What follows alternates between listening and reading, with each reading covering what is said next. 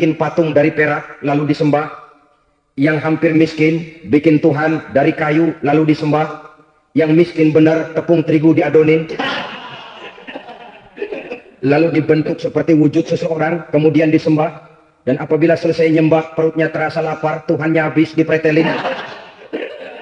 Sepanjang sejarah kemanusiaan cuma masyarakat jahiliyah saja yang sampai makan Tuhan.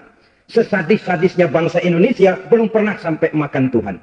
Maka menghadapi manusia seperti ini, yang pertama dilaksanakan oleh Rasul, memperbaiki akhlak mereka kepada Allah. Menanamkan la ilaha illallah, bahwa tidak ada Tuhan yang perlu disembah selain daripada Allah subhanahu wa ta'ala. Ini hakikatnya merupakan inti daripada ajaran Rasul-Rasul terdahulu. Kenapa? Seluruh Rasul bersumber dari satu sumber yang sama, yaitu dari Allah subhanahu wa ta'ala. Maka prinsip ajaran ketuhanan yang mereka bawa tentu saja sama. Nabi Adam mengajarkan la ilaha illallah. Nabi Nuh mengajarkan la ilaha illallah. Cuma tentu sambungannya Nuh Rasulullah. Nabi Ibrahim mengajarkan la ilaha illallah. Ibrahim Rasulullah. Nabi Musa mengajarkan la ilaha illallah. Musa Rasulullah. Bahkan Nabi Isa mengajarkan la ilaha illallah. Isa Rasulullah. Dan Nabi Muhammad mengajarkan la ilaha illallah. Muhammadur Rasulullah. Akhlak manusia kepada Allah dengan menanamkan tauhid. Jadi kalau ingin berakhlak yang benar kepada Allah, jaga tauhid, pegang teguh akidah. Saudara-saudara kaum muslimin rahimakumullah. Lawan daripada tauhid adalah kufur. Kufur bisa dua. Bisa kufur iman, bisa kufur nikmat. Kufur itu sifatnya, kafir itu orangnya. Ada orang kufur iman, dan ini merusak akhlak kepada Allah subhanahu wa ta'ala. Kufur iman itu kadang-kadang bentuknya syirik. Orangnya disebut musyrik. Kufur iman itu kadang-kadang bentuknya nifaq. Orangnya disebut munafik. Kufur iman itu kadang-kadang bentuknya riddah. Orangnya disebut murtad. Ini merupakan jenis daripada kufur-kufur iman dan tergelincirnya manusia daripada akhlak kepada Allah subhanahu wa ta'ala. Benar, di zaman sekarang kita tidak menyembah berhala. Memang di zaman sekarang kita tidak menyembah patung. Iya, kita tidak berkeyakinan Tuhan lebih dari satu. Tapi kadang-kadang akhlak kita kepada Allah sering lentur dan luntur, sering bergoyang dan tergoncang, sering kena erosi dan polusi. Bahwa kita tidak menyembah Latta, Uzza, Manat dan Hubal seperti masyarakat jahiliyah dahulu, memang. Tapi Latta zaman sekarang, Uzza zaman sekarang, Manat dan Hubal di zaman sekarang, berhala-berhala di abad kita sekarang ini, kadang-kadang bernama harta, kadang-kadang bernama wanita, kadang-kadang bernama tahta, mungkin juga bernama Toyota. Sesuatu yang lebih kita agungkan daripada Allah, menjelmalah dia menjadi berhala-berhala di zaman kita sekarang ini. Manakala kita di kantor sudah lebih takut kepada kepala bagian kita daripada kepada Allah, maka Tuhan kita barangkali adalah kepala bagian kita. Manakala kita sudah lebih takut kepada manusia daripada kepada Allah, bergeserlah akhlak kita kepada Allah, mengagungkan manusia dan menomorduakan Allah. Maka di zaman sekarang akhlak kita kepada Allah sering kena erosi, sering kena polusi. Mungkin karena sulitnya lapangan kerja, tingginya tensi ekonomi, persaingan hidup yang makin tajam, sulitnya mencari lapangan kerja, orang kadang-kadang nekat, sedikit pertimbangan picik, pandangan, mudah melakukan potong kompas, sehingga terjadilah perbuatan-perbuatan yang memelencengkan akhlak kita kepada Allah subhanahu wa ta'ala. Kadang-kadang terjebak mempercayai selain daripada Allah. Kadang-kadang terjebak di dalam mengagungkan yang selain daripada Allah lebih dari yang seharusnya.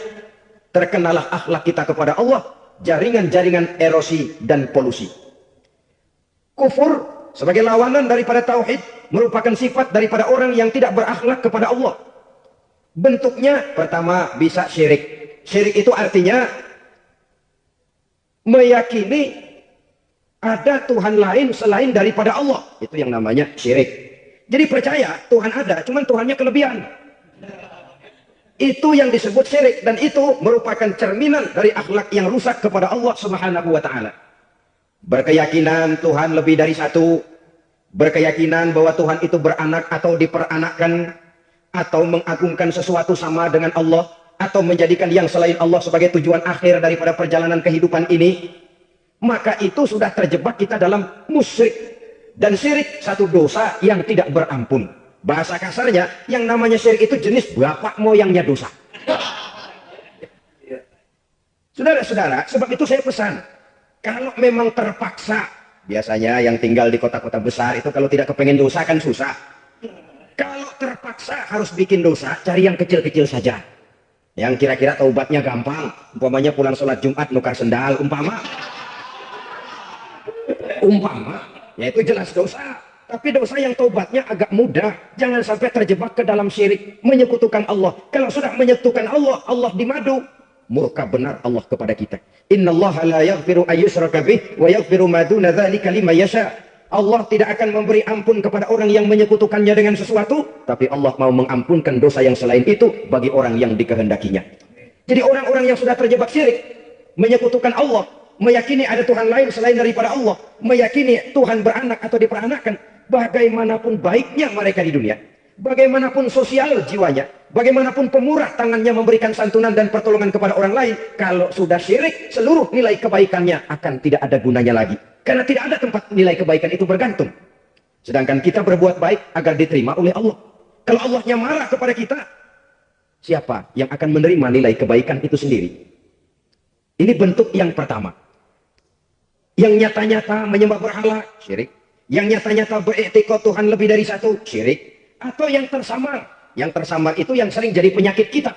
Saya sejak ada perkutut ini di rumah, perkutut. Saudara-saudara, yang merusak akhlak kepada Allah, yang merusak tauhid setelah syirik, bisa juga berbentuk nifak. Nifak itu sifatnya, orang yang punya sifat nifak disebut munafik. Asal katanya dari nafakun. Nafakun itu satu lubang yang punya dua muka, seperti goa, ada tempat masuk, ada tempat keluar. Maka munafik orang yang punya dua muka. Kalau bahasa kita, pandai bermain minyak di atas air. Manis jika berhadapan, balik belakang lain bicara. Sehingga apa yang dinamakan nifak, kata Imam Ali Al-Jurjani dalam kitab takrifatnya, izharul imanu bil lisan wa kitmanul kufri bil qalbi. Menyatakan, menampakkan iman dengan lidahnya, tapi menyembunyikan kekafiran dalam hatinya. Dengan kata lain, lidahnya mah iman, hatinya mah kafir. Padahal hati itu yang dilihat, padahal hati itu yang dinilai. Kenapa lidahnya mengaku iman? Ya mungkin karena kepepet, mungkin karena kepentingan, mungkin karena ingin mencari kelemahan orang, lalu dia pura-pura beriman. Tapi sesungguhnya hatinya kufur. Ini merupakan penyakit munafik. Dan terus terang, menghadapi orang munafik jauh lebih berat daripada menghadapi orang kafir. Kenapa? Munafik ini kan musuh dalam selimut. Mau dibilang musuh nyata-nyata, apalagi di zaman Rasul ya, ketika periode Madinah, berat sekali menghadapi orang munafik. Mau dibilang kafir, kalau ketemu assalamualaikumnya medok juga. Mau dibilang mukmin, di belakang ngegerundel. Nyari-nyari penyakit, nyari-nyari lantaran, mencari-cari gara-gara. Kalau kafir jelas kafirnya, kalau musyrik jelas musyriknya. Tapi munafik, di depan kita dia mengaku beriman, di belakang kita dia caci maki kita. Maka demikian rupa watak orang munafik, Allah benci betul. Sampai dalam Quran, orang munafik itu divonis, innal munafiqin bidarkil asfal minan nar. Orang-orang munafik di dasar jurang neraka yang paling bawah, keraknya neraka. Saudara-saudara kaum muslimin rahimakumullah. Sebab munafik sangat berbahaya, membahayakan umat, membahayakan agama. Di depan kita mereka ngaku pura-pura beriman. Kalau pidato luar biasa, memuji agama setinggi langit, menampakkan seolah-olah dia orang yang dekat dengan agama. Saudara-saudara, agama penting, agama mutlak. Tapi yang ngomong begitu agamanya apa, remeng-remeng. Cuma sekedar lipstick, cuma sekedar dekorasi, cuma sekedar kamuflase buat ngibuli orang lain. Dia mengaku beragama, mengatakan agama mutlak, menganggap agama penting, seolah-olah memperhatikan benar tentang tatanan kehidupan beragama, tapi sebenarnya di hatinya tidak lebih berkecamuk penyakit-penyakit kufur. Maka sifat munafik ini termasuk menodai tauhid. Artinya merusak akhlak kita kepada Allah Subhanahu wa taala. Sifat yang ketiga yang juga merusak akhlak kita kepada Allah dinamakan riddah. Riddah itu sifatnya, orang yang punya sifat riddah disebut murtad. Murtad keluar dari Islam. Keluar dari Islam tentu tadinya di dalam Islam. Oleh satu perbuatan dia bisa menjadi murtad. Misalnya tadinya dia iman benar kepada Allah, tapi melarat. Kadang-kadang sehari masak, 3 hari libur. Akhirnya oleh kesulitan ekonomi dia tidak kuat. Ada yang menawarkan kebaikan, dibawain supermi, dibawain obat-obatan, diberikan beras. Goyah imannya. Keluar dia dari Islam, ikut agama orang yang memberikan pertolongan kepadanya, memilih kesenangan sebentar dengan mengorbankan kebahagiaan yang kekal. Maka orang semacam itu riddah sifatnya, murtad orangnya, keluar dari Islam.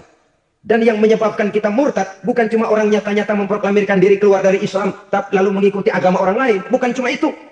Mengakui ada Rasul lagi sesudah Nabi Muhammad bisa menyebabkan kita murtad. Mengingkari nikmat Allah bisa menyebabkan kita murtad. Meyakini semua agama benar bisa menyebabkan orang menjadi murtad. Meragukan kesempurnaan dan kelengkapan Al-Quran bisa menyebabkan orang jadi murtad. Mengingkari sunnah bisa menyebabkan orang menjadi murtad. Banyak hal-hal yang bisa mendatangkan penyakit riddah dan membuat pelakunya menjadi murtad. Dan ini menodai akhlak kita kepada Allah Subhanahu wa taala. Itu tadi kufur iman, saudara-saudara. Nyata-nyata mengingkari Allah, baik dalam bentuk syirik, nifak ataupun riddah. Kufur yang kedua dinamakan kufur nikmat. Apa itu kufur nikmat? Sitru nikmatil mun'im au ya'malu fi mukhalafatil mun'im. Menutup-nutup nikmat Allah atau melakukan perbuatan yang menentang, bertentangan dengan kehendak yang memberikan nikmat. Jadi kufur nikmat pertama, nutup-nutupin Tuhan. Tuhan jalingin. Duit lu banyak amat, dari mana? Gua kerja. Lalu kerjanya nomor 1. Orang yang berakhlak kepada Allah, dia akan menjawab, kamu uangnya kok banyak dari mana? Rezeki dari Allah. Caranya, saya kerja. Kerja itu cara, rezeki itu dari Allah datangnya. Bukankah di zaman sekarang kita sering terpeleset? Ini merupakan cerminan dari rapuhnya akhlak kita kepada Allah Subhanahu wa taala. Karena usaha saya memang, karena saya peras keringat banting tulang, tentu. Tapi sadarkah kita bahwa sepanjang yang bisa kita lakukan cuma berusaha, peras keringat banting tulang pagi-pagi pulang sore, tapi bisakah kita memastikan hasil usaha kita? Apalagi yang paling dekat, misalnya saja yang sungguh-sungguh di luar jangkauan kemampuan kita, soal rezeki, soal jodoh, soal mau, kitakah yang mengatur, kitakah yang menentukan? Subhanallah, manusia sungguh tidak berdaya menghadapi 3 hal paling pokok ini. Rezeki, kita cuma bekerja. Kitakah yang menentukan? Tidak. Kita berusaha saja, rezeki belum pasti dapat. Apalagi kalau kita tidak berusaha. Jangan terjebak dalam fatalisme, belum perang udah nyerah. Emang dasar rezeki datangnya dari Tuhan, gak usah kerja nanti juga kalau dia datang. Dari mana datangnya? Kerja saja belum tentu dapat rezeki, apalagi kalau tidak kerja. Yang jelas usaha perlu kepastian, itu urusan Allah. Ini akhlak kepada Allah Subhanahu wa taala. Jodoh juga begitu. Kita berusaha, kita berupaya, Allah menghendaki lain jadinya. Maut juga begitu. Siapa sih yang pengen ngadapi maut? Siapa sih yang pengen mati? Siapa sih yang pengen ketemu malaikat Israel? Tidak seorang pun kalau ditanya. Kecuali mereka yang putus asa ya. Kalau otaknya masih normal, mau mati, mesti belakangan dulu dari kita. Tapi yang satu itu, saudara, kalau dia sudah datang, tenaga mana yang bisa menolak? Kalau dia sudah berkunjung, kekuatan mana yang bisa menghindar? Kalau dia sudah ingin bertemu, kemana kita bisa melarikan diri? Manusia sepanjang yang dia lakukan hanya berusaha, tapi kepastian, ketentuan dari Allah Subhanahu wa taala. Orang yang kufur nikmat, nutup-nutupin Allah. Dia merasa rezekinya adalah mutlak peras keringatnya. Seolah-olah Allah nggak punya peranan apa-apa di situ. Oh, ini kan saya bisa rumah begini karena saya kerja keras. Oh, ini mobil saya begini, saya kerja keras. Peras keringat, banting tulang, keras. Saudara-saudara kaum muslimin rahimakumullah. Jadi menutup-nutupi Allah. Akibatnya nanti kalau dia berhasil, Allah ketutupan. Kalau dia gagal, orang lain dicaci maki, dicari kambing hitam. Yang kambing hitam kan mahal. Karena orang sering cari-cari kambing hitam. Jarang orang mau jujur kalau bertemu kesulitan lalu mencari sebab pada dirinya sendiri. Yang paling enak ya nyalain orang. Begitu. Orang lain yang paling enak kita salahin. Au ya'malu fi mukhalafatil mun'im, atau dia melakukan sesuatu yang tidak sesuai dengan kehendak yang memberikannya nikmat. Diberikan kita tangan, mulut sih nggak penting, terima kasih Tuhan, alhamdulillah saya dikasih tangan, cuma di tangan enteng mat nabukin orang mulut. Itu sudah mukhalafatul mun'im, bertentangan dengan kehendak yang memberikan nikmat. Diberikan harta, mulutnya mah basah, terima kasih Tuhan, alhamdulillah dikasih harta, tapi pelitnya minta ampun, kikir koret medit. Ini juga termasuk kufur nikmat, mempergunakan suatu nikmat bertentangan dengan kehendak daripada yang memberikan nikmat itu sendiri.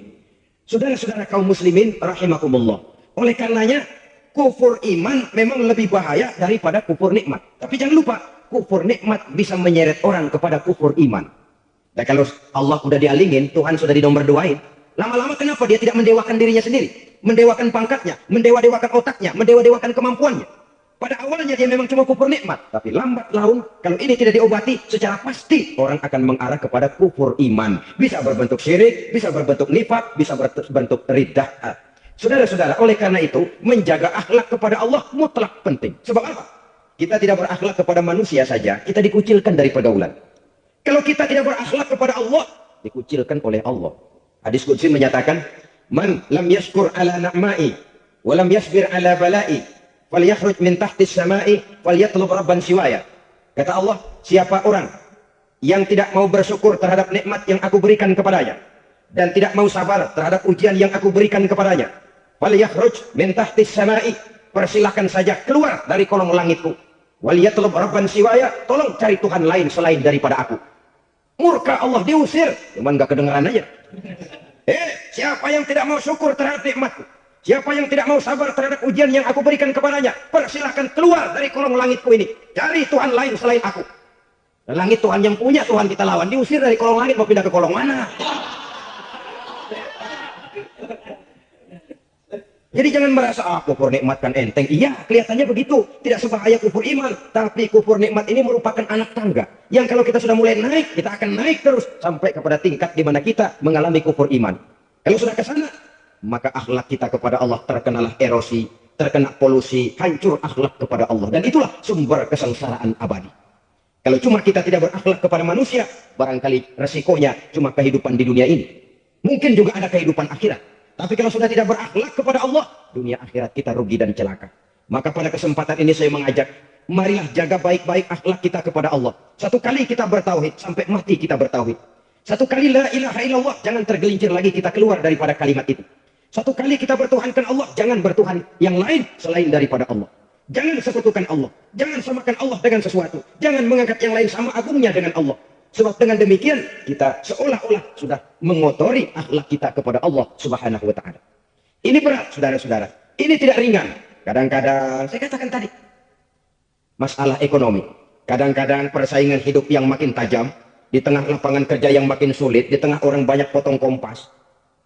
Kalau berpatokan kepada nilai tauhid, la ilaha illallah, tidak ada Tuhan selain Allah, maka saya tidak akan takut kecuali hanya kepada Allah. Saya tidak akan menggantungkan hidup kecuali hanya kepada Allah. Saya tidak akan minta rezeki kecuali hanya kepada Allah. Kadang-kadang situasi yang nekat membuat kita kehilangan keseimbangan, kehilangan pertimbangan, picik pandangan. Akibatnya kita merusak akhlak kepada Allah Subhanahu wa ta'ala.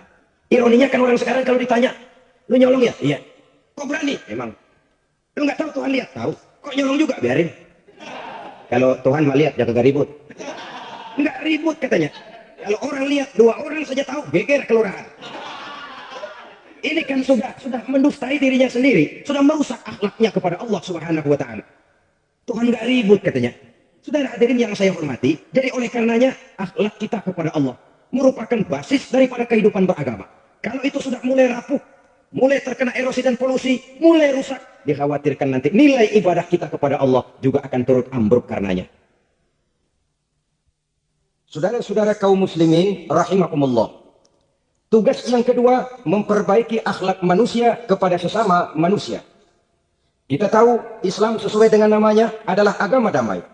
Maka akhlak manusia kepada sesama manusia menempati porsi yang penting dalam kehidupan beragama.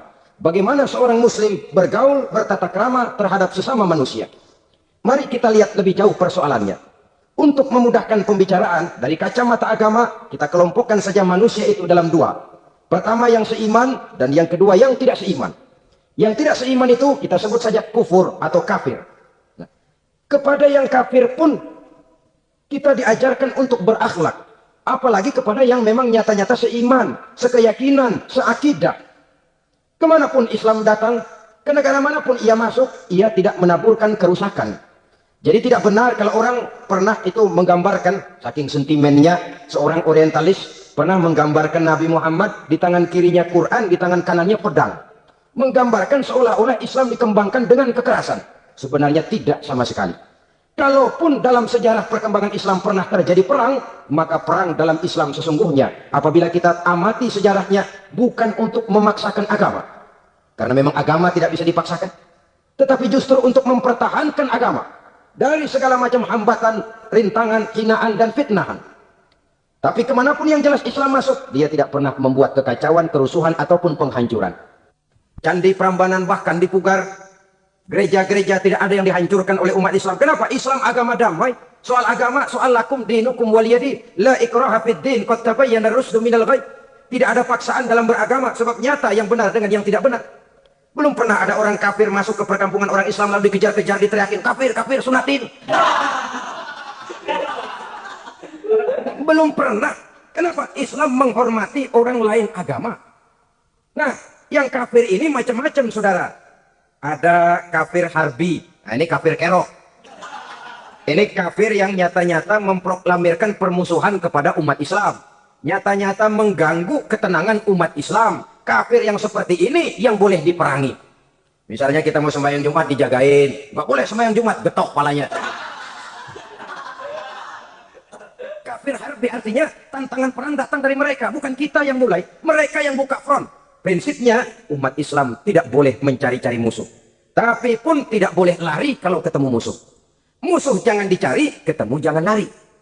Karena itu kesan seolah-olah umat Islam ini teroris, umat Islam ini destroyer, umat Islam ini sering menimbulkan keonaran, kerusakan. Sungguh satu fitnahan yang sangat keji. Umat Islam adalah umat yang cinta damai. Islam di masa perkembangannya masuki Eropa melalui Selat Gibraltar, Jabal Tariq, memasuki Spanyol. Islam tidak pernah meruntuhkan gereja. Islam tidak pernah membunuh orang-orang Nasrani. Bahkan Islam mewariskan peradaban dan kebudayaan yang begitu tinggi nilainya di bidang ilmu pengetahuan. Sampai ketika itu Barat banyak mengkaji ilmu pengetahuan dari dunia Islam. Buku-buku berbahasa Arab diterjemahkan ke bahasa Yunani, dipelajari oleh para cendekiawan di negeri barat sana. Mereka mengambil manfaat yang banyak dari masuknya Islam ke Eropa. Sementara gereja tetap berdiri dengan megahnya. Kuil-kuil tempat peribadatan tidak satupun yang diusik-usik. Kenapa? Islam agama yang cinta damai.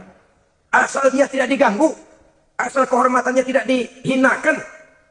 Jadi kafir harbi, kafir yang nyata-nyata nantang perang, ngajak berkelahi.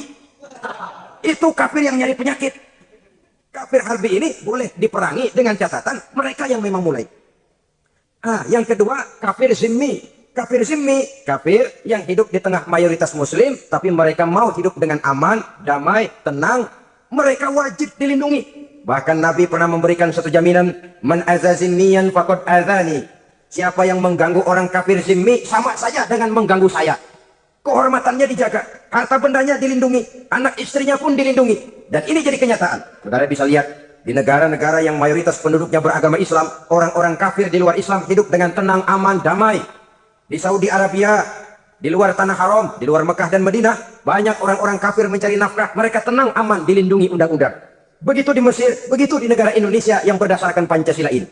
Kehidupan beragama menimbulkan gairah, rukun, tenang, aman, damai, sepanjang tidak saling ganggu, tidak saling usik, menghargai orang yang sudah beragama, tidak menjadikan penganut suatu agama sebagai sasaran dari dakwah agama lainnya. Saudara-saudara kaum muslimin rahimakumullah. Jadi memang oleh Al-Quran kita dianjurkan asyidda 'alal kufar ruhama bainahum. Tegas kepada orang kafir, kasih sayang kepada sesama muslim. Tapi tegas bukanlah berarti marah-marahan, bukan berarti musuh-musuhan, bukan ngajaki perang. Tegas dalam arti punya garis tentang kehidupan beragama, lakum dinukum waliyadin. Soal kehidupan sosial, mari kerjasama. Bangun jalan, ayo rame-rame. Siskameling, mari bebarengan. Bikin puskesmas, mari sama-sama. Tapi kalau sudah soal agama, itu tidak perlu ada toleransi agama. Yang perlu toleransi antar umat beragama. Kalau umatnya mau kerjasama, silakan. Tapi tidak menyangkut soal ibadah. Jangan kerjasama di bidang ibadah. Itu kerjasama yang salah pasang, saudara-saudara.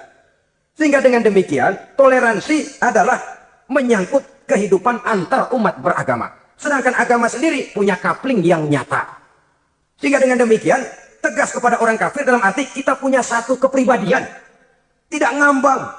Nggak, lalu kalau ditanya orang, sebenarnya agama lo apa sih? Ah, gua mah gimana musimnya aja. Agama pakai musim kayak rambutan. Akhirnya ya begitu musim-musiman. Ke masjid kelihatan, ke gereja hayo, ke candi nongol, ke apa? Bingung malaikat bagaimana nyata jadi bocah ini. Di mana aja ada. Kita punya satu kepribadian. Saya muslim dan garis saya ini lakum dinukum waliyadin. Bagi Tuhan persilakan agama Tuhan, bagi kami agama kami. Kami hormati Tuhan, Tuhan hormat kepada kami. Tapi soal agama, couplingnya jelas. Kerjasama, mari urusan muamalah, bidang sosial. Yuk kita sisteming sama-sama dengan orang lain agama. Mari jaga kerukunan, kesatuan, persatuan, kekompakan. Perbaiki jalan yang rusak, mari sama-sama. Mendandani jembatan yang runtuh, mari sama-sama. Tapi sembahyang, couplingnya lain-lain. Sebab Nabi juga dulu pernah ditawarkan begitu loh, sama kafir jahiliyah dulu Quraisy itu. Sudah Muhammad, sekarang begini saja, kita join aja daripada marah-marahan. Hari ini saya oke, menyembah Tuhanmu Allah. Besok gantian kamu menyembah Tuhan kita, Lat, Uzza, Manat dan Hubal. Turun, qul ya ayyuhal kafirun la a'budu ma ta'budun. Soal ibadah, couplingnya jelas, tidak boleh dicampur adukkan. Bahwa kalau tidak, kita akan mulai kehilangan identitas diri. Dan disitulah krisis kehidupan keyakinan beragama dimulai. Dari krisis identitas. Hujan gede kan mulainya gerimis dulu. Di mana-mana ya gerimis dulu. Gerimis makin lama makin gede. Kita akan mulai dengan kehilangan identitas diri. Dari sana nanti kita malu mengakui keislaman kita. Kalau orang Islam malu mengakui keislamannya, ini kan ironi, menyedihkan. Ngakui Islamnya saja malu. Menonjolkan keislamannya malu. Tidak ada rasa bangga beragama. Padahal ini modal dasar. Hanyalah dengan rasa bangga beragama, kita lalu konsekuen. Bangga yang tidak konsekuen. Wah, pokoknya kan gua kan Islam. Agama yang paling benar. Tapi hidupnya sendiri jauh dari tuntunan Islam. Itu bangga yang tidak beralasan. Bangga yang tidak perlu dibanggakan sebenarnya. Kebanggaan yang membuat kita konsekuen dan dekat dengan kehidupan beragama. Jadi dengan demikian saudara-saudara, kepada non-muslim kita juga harus berakhlak. Bukankah ini sudah dicontohkan oleh Rasul? Bagaimana beliau disambiti orang di Taif, yang menyambiti malah didoakan. Bagaimana Suraqah mau membunuh beliau, malah Suraqah didoakan. Bagaimana Abu Jahal dan Abu Lahab saking mangkalnya. Ini Abu Jahal pernah gali lubang di kamarnya sendiri, di depan tempat tidurnya. Setelah dia gali lubang, ditutupin pakai karas korma. Lalu dia tarik selimut, belagak meriang. Dia pesan pesuruhnya, bilangin Muhammad encangnya meriang. Pamannya sakit, minta ditengokin. Nabi dengan segala husnuzonnya berangkat nengokin. Abu Jahal dari balik selimut ngintip. Ah, itu dia Muhammad, itu dia tuh. Dia tuh, masuk Dani, masuk. Mulai di jalan, senang Abu Jahal. Ah, terus. Begitu ke pelosok, masuk ke lubang, gue pendem terus kan. Emang niatnya mau mencelakakan Nabi. Sudah tinggal beberapa langkah lagi Nabi akan berjalan ke arah lubang itu. Malaikat Jibril ngasih tahu. Muhammad, Abu Jahal pamanmu cuma pura-pura sakit. Di depan tempat tidur itu ada lubang sudah dia gali untuk menjerumuskan kamu. Sudah, balik pulang. Balik badan Nabi. Sudah hampir mau melangkah, kakinya malah muter pulang. Abu Jahal yang lihat Nabi sudah hampir jatuh nggak jadi, balik pulang. Lupa kalau lagi sakit. Udah Muhammad buruan sini. Nabi ke pintu, dia kejar. Dia lupa sama lubang yang dia gali. Begitu dia kejar, dia yang ke pelosok masuk ke dalamnya. Sejak saat itu ada pepatah, man hafara hufratan waqa'a fiha. Siapa yang suka menggali lubang, dia sendiri bakal terpelosok ke dalamnya. Jatuh dia ke lubang yang dia gali. Padahal ya paling banter 2 atau 3 meter paling dalam. Dari dalam lubang itu dia teriak-teriak, Muhammad, tolongin, pamanmu kecebur. Kasih tahu Muhammad, kasih tahu. Datang lagi lah pesuruhnya. Muhammad, pamanmu Abu Jahal kecebur, minta tolong diangkatin. Sudah diulur tambang, habis sambung lagi, nggak bisa sampai. Masa iya, cuma kamu yang bisa nolong. Apa yang dilakukan Nabi? Balik mau nolongin. Akhlak. Kita kalau ada orang gali lubang buat nyeburin kita, dia sendiri yang kecebur. Guru, gua kagak lemin loh. Mati sekalian dah. Nabi mah enggak, balik nolongin tuh Abu Jahal. Kenapa paman kecebur? Iya Muhammad, tolong, tambang udah diulur-ulur, sambung-sambung nggak sampai. Aduh kasihan paman nih, pegang tangan saya. Nabi cuma ulurin tangan, nyampe dipegang oleh Abu Jahal. Diangkat ke atas. Nyampe atas kan apa kata Abu Jahal?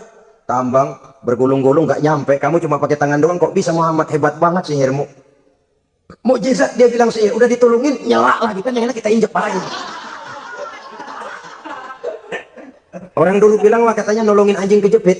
Udah selesai ditolongin malah yang nolong digigit. Saudara hadirin yang saya hormati, kepada orang-orang kafir kita harus berakhlak, menghormati mereka, tidak memaksakan satu keyakinan dalam batas-batas yang ditolerir oleh agama, yaitu pada masalah-masalah sosial dan muamalah. Itu kepada non-muslim. Apalagi kepada sesama muslim. Baik akhlak kepada orang tua, akhlak kepada guru, akhlak kepada jiran atau tetangga, itu semua termasuk dalam akhlak kepada sesama manusia.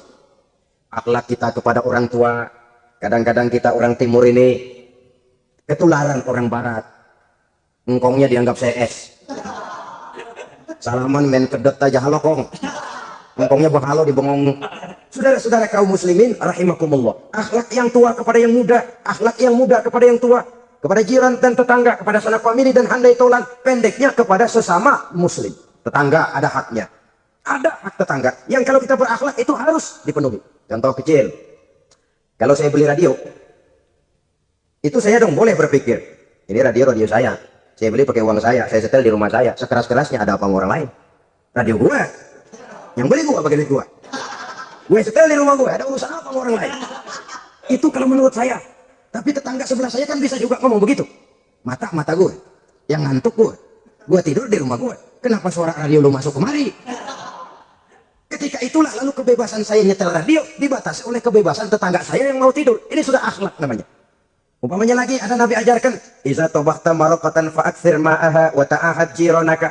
Kalau kamu masak sayur, banyakin kuahnya, bagiin tetangga kamu. Bukan bagiannya itu yang jadi soal, tapi akhlak kepada tetangga. Udah tahu tetangganya kelaparan, diseksa, goreng ikan asin, se-RW baunya ngayap. Kembang kempis orang nungguin. Saudara hadirin, ma'asyiral muslimin rahimakumullah. Jadi dengan demikian, kalau sudah kembali kepada orang-orang yang nilai imannya sama dengan kita, apapun organisasinya, apapun baju yang mereka pakai, kaos yang mereka pakai, jaket yang mereka pakai, kalau sudah seakidah, seiman, jaga akhlak kita. Pendapat boleh berbeda, kaos boleh tidak sama, jaket boleh beraneka warna, bendera boleh beragam-ragam, tapi ukhuwah Islamiyah ini utama. Adalah lebih baik mencari persamaan dalam kehidupan dan bukan memperbesar perbedaan. Hanyalah dengan mengembangkan nilai-nilai akhlak semacam ini, toleransi tidak hanya diperlukan kepada yang non-muslim, kepada sesama muslim pun toleransi. Artinya apa? Jangan memponis amalan orang lain. Yang usoli, yang tidak usoli, berjalanlah menurut keyakinannya masing-masing. Jangan lalu memponis, itu namanya nggak toleransi. Kamu nggak pakai usoli ya? Enggak. Brengsek. Kamu pakai usoli ya? Dia, tidak. Lah dua-duanya kagak yang benar. Kalau yang sembahyang kagak benar, bagaimana yang kagak sembahyang? Apa itu yang benar? Toleransi. Setuju dengan perbedaan pendapat, jangan memponis amalan orang lain. Karena kita hanya beramal, hak menerima adalah Allah Subhanahu wa ta'ala. Jangan sebentar-bentar mencap, bidah, tulala, binar, neraka. Kayaknya neraka kapling orang tuanya kali. Gampang bener masukin orang ke neraka. Kita kadang-kadang bisa toleransi dengan orang luar, tapi kepada sesama muslim, toleransi tidak sanggup kita adakan. Mengklaim merasa kita yang benar, orang lain salah semua. Itu tidak toleransi namanya. Mentang-mentang jadi ustadz. Nih, satu-satunya ustadz di sini ya. Semuanya mesti ngaji kemari. Kalau nggak ngaji kemari, Islamnya kurang tapi benar. Toleransi. Saudara-saudara kaum muslimin, rahimakumullah. Lapang dada, menghargai orang yang berbeda pendapat. Apalagi kalau perbedaan pendapat itu menyangkut hal-hal yang tidak prinsipil.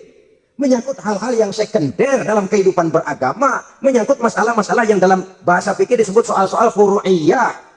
Tidak usah menyebabkan kita bersih tegang. Kepala sama hitam pendapat boleh berbeda dan halal. Bahkan Nabi mengatakan, ikhtilafu ummati rahmatun. Perbedaan pendapat di kalangan umatku bahkan menjadi rahmah.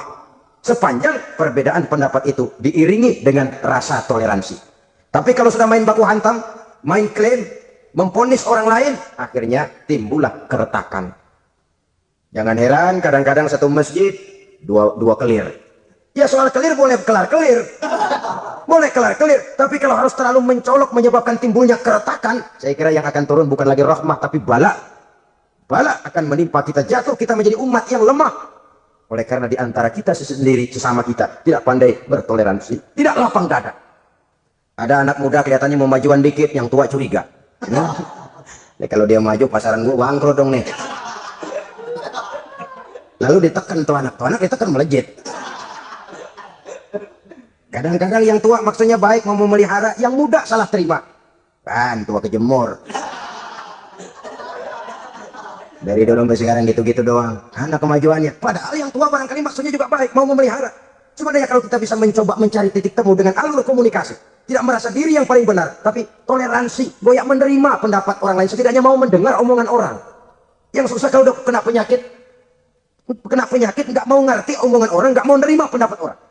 Kodok di kolong tempayan, cukeng kayu asem, asal hijau udah hijau aja hijau dah. Nggak ngerti omongan orang, yang kayak begini yang orang jadi kesandung. Oleh karena itu saudara-saudara, alangkah nikmatnya kehidupan ini apabila kita menyadari kita ini ummatan wahidah, satu umat yang satu, yang diikat dengan akidah. Kalau kepada yang non muslim saja kita diajarkan untuk berakhlak, apatah lagi kepada yang seiman, seakidah, sekeyakinan. Wajarkah perbedaan pendapat yang kecil-kecil lalu menyebabkan kita bertolak belakang, cerai-berai, centang perenang? Bila bertemu di jalan yang satu menyisir ke kiri, yang lain menyingkir ke kanan. Kalaupun juga bercampur di tengah kumpulan orang banyak, persis air dengan minyak. Nyatu melengos, nyatu madep mojok. Orang lain senyum, dia mau pada manyun. Saudara-saudara kaum muslimin rahimakumullah, realita ini walaupun tidak enak pahit, tapi masih hidup di sebagian masyarakat kita. Ini yang perlu kita atasi. Soal toleransi kepada orang lain, sejarah sudah membuktikan. Mari kita jangan cuma bisa mengajak orang lain, umat lain untuk bertoleransi dengan kita, tapi kepada sesama kita. Toleransi ini perlu kita tegakkan, perlu kita bina. Terutama di dalam kita menuju bentuk ideal daripada konsep ukhuwah Islamiyah ini, yang memang selalu kita akan cari bentuk-bentuk idealnya sejalan dengan perkembangan situasi dan kondisi yang dihadapi oleh umat. Perbedaan organisasi, perbedaan kepentingan organisasi tidak seharusnya menyebabkan kita merasa meremehkan orang lain dan mengangkat diri, mengklaim diri sebagai yang ter. Jadi dengan demikian, apabila yang pertama tadi akhlak kepada Allah dinamakan hablum minallah, maka yang kedua ini merupakan hablum minan nas. Jikalau baik akhlak kita kepada Allah, baik akhlak kita kepada manusia, nikmat rasanya menjalani kehidupan. Kadang-kadang orang akhlaknya kepada manusia baik, tapi kepada Allah tidak baik. Hormat sama yang tua, menyayangi yang muda, sama tetangga rukun, tapi sama Tuhan nggak mau sujud. Ini baik kepada manusia, tapi tidak berakhlak kepada Allah. Atau sebaliknya, sujudnya sama Allah mah tekun, bener khusyuk, bahasanya juga fasih, luar biasa. Tapi sama manusia sombong, takabur, ujub, merasanya dia doang yang paling benar. Sebab iblis itu ya, itu kadang-kadang datang lewat hati, dan memang selalu markasnya di situ. Kalau dia tidak bisa menggoda kita dengan yang lain, dia tumbuhkan sifat ujub. Dia bisikin, wah, memang di kampung ini yang paling banyak ibadahnya ente. Yang lain mana, lihat tuh kocok semua. Lalu di hati orang itu tertanam sifat iya ya. Nah, tatkala iya ya, dia sudah terkena serangan iblis. Akhirnya apa? Orang lain diremehin. Asal yang kamu sembahyang ya diajak salam udah najis aja deh. Ketemu juga mukanya ditekuk 4. Akhirnya bukan ngajak, malah ngenyek, ngina. Lah orang dihina makin jauh, makin tidak tersentuh. Bukan cara itu yang diajarkan oleh Rasul. Bahwa orang tidak mau sholat, tugas kita mengajak. Soal dia tidak sholat, itu dosa dia kepada Allah. Saudara-saudara kaum muslimin, ujub disuntikkan oleh iblis di dalam hati kita.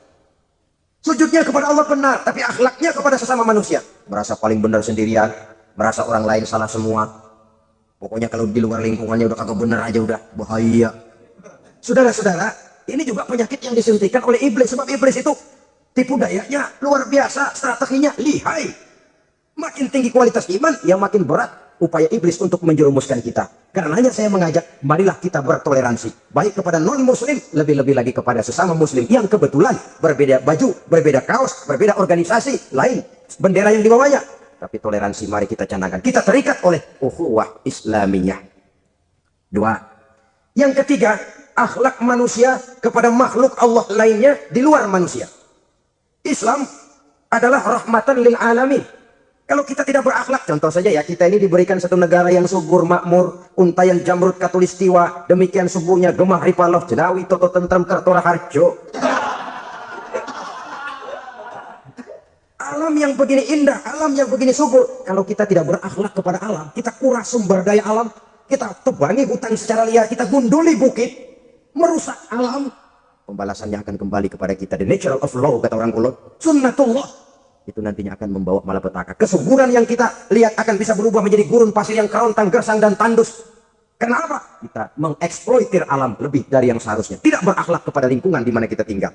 Saudara-saudara, dengan berakhlak kepada Allah, berakhlak kepada sesama manusia, berakhlak kepada makhluk Allah di luar manusia, baik flora maupun fauna, maka mudah-mudahan akan terciptalah satu ekosistem, satu lingkungan hidup yang membuat kita nikmat menjalani kehidupan ini. Inilah saja yang kita bicarakan pada pertemuan kali ini. Terima kasih atas segala perhatian. Mohon maaf atas segala kekurangan. Marilah kita membina nilai-nilai akhlak walaupun berat tantangannya. Sungguh, lebih baik rakyat rendah yang berakhlak tinggi daripada pejabat tinggi yang berakhlak rendah. Karena nilai manusia pada akhirnya ditentukan oleh akhlaknya itu. Mau sukses di masyarakat, mari kita utamakan akhlak. Usikum wa nafsi bitaqwallah. Wassalamualaikum warahmatullahi wabarakatuh.